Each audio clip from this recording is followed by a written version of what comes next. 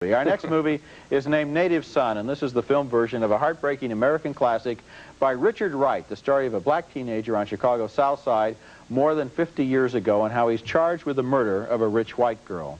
The circumstantial evidence against this kid is damning, and he's so inarticulate, there's no way for him to explain how the tragic chain of events got started. Victor Love stars as the young man named Bigger Thomas, and in this scene he learns about his new employers from the maid played by Geraldine Page. You know, Mr. Dalton's done a lot for you. My people? Oh, yes, the colored. He's given over $1 million to colored schools.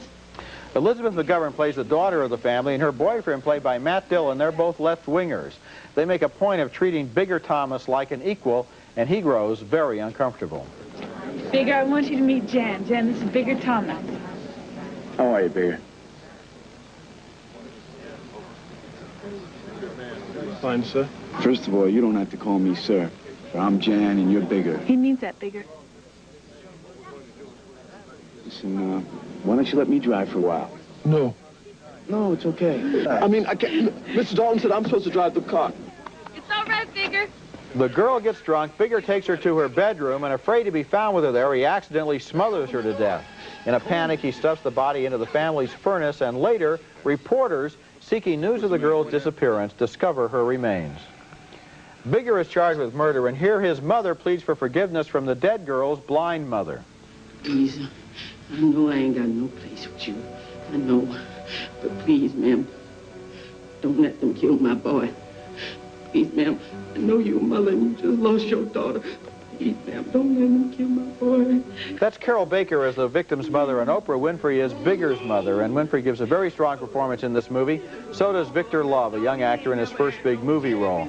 Native Son is very tough material to deal with because we're being asked to understand why a young man would be so careless as to accidentally kill someone, and the reason is his very real fear is almost paralytic fear. More than 50 years ago, what might have happened if he were found in the bedroom of that white girl that he was only trying to help. The real tragedy of Native Son is that by the end of the story, Bigger Thomas has grown into a person who can understand and forgive. He's no longer paralyzed by his fears, which were caused by racism.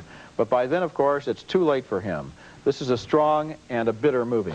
Well, I thought it was strong and bitter at the beginning and at the end. Very strong in its opening scene, a beautiful scene of a rat running around an apartment, and we see Bigger's conditions, and then the rat might as well stand for racism, and it was a very evocative scene. At the end, I think you've hit the most beautiful part of the movie, is when we see that Bigger has a conversation with his attorney, and he explains to him the conflicts within him, and he is quite enlightened about it.